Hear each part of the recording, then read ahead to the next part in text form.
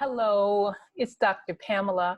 And whether you have a senior who's applying to college right now, or you have a high schooler who is applying to college in the next year or two, I want to talk to you today about what it means to apply to college through FAFSA.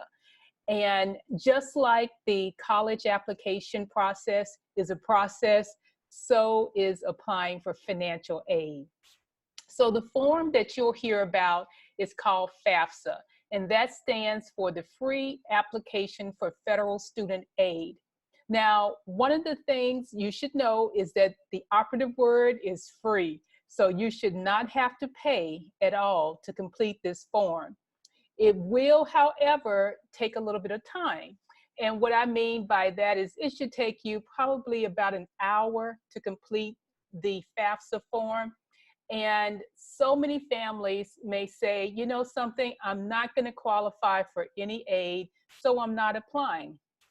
And what I say to you is still apply, because even if you don't qualify for any monies at the federal level, you still could qualify for some monies from the different colleges where your teen is applying.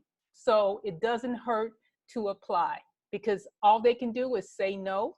But if they say yes, that's a win for you and a great return on the hour that you spend applying. So in terms of the process, the application will open on October 1. October 1, the FAFSA will be ready for you to access and start submitting away. Now, it is only for seniors. And so if you have a younger student, I want you to still listen in to know this for the year or two ahead, but it is only for seniors who can apply.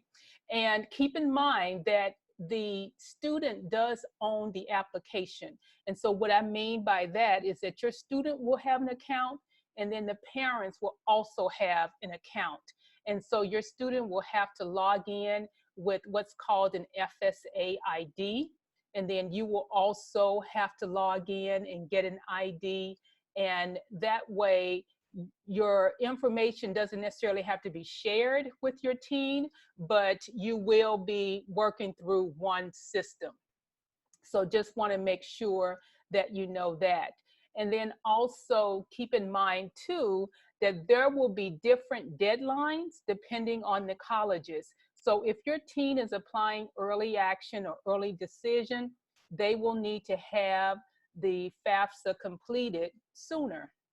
And so you need to check the deadlines for all the colleges where your teen is applying to make sure that you get it in on time. Because that's one thing about this form, is that it's pretty unforgiving. If you miss the deadline, you miss the deadline.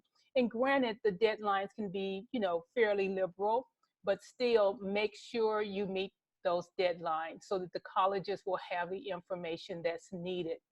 One other thing I wanted to say about the FAFSA form is please be sure to keep your pen that you have, because you'll be completing this form for the next few years. So even after your teen is in college, you will be applying each year for aid. And so I highly recommend that you keep the pen that you have for logging in this year, keep that in a safe place so that you remember it going forward. Now, with the FAFSA form, again, it's a free form. Make sure you know when the deadline is for when it has to be submitted. And there are about 100 questions, over 100 questions on the FAFSA. Again, they're pretty straightforward questions. And one of the things that can take some time is inputting your financial information. But the beauty of it is that it's integrated with the IRS. And so there is a data retrieval tool that's embedded in the FAFSA. So you're able to download your tax returns directly into the FAFSA, which can definitely save you some time. So I wish you all the best with getting it done, and know that you got this and it is worth it to apply. So take care, and I'll talk to you soon.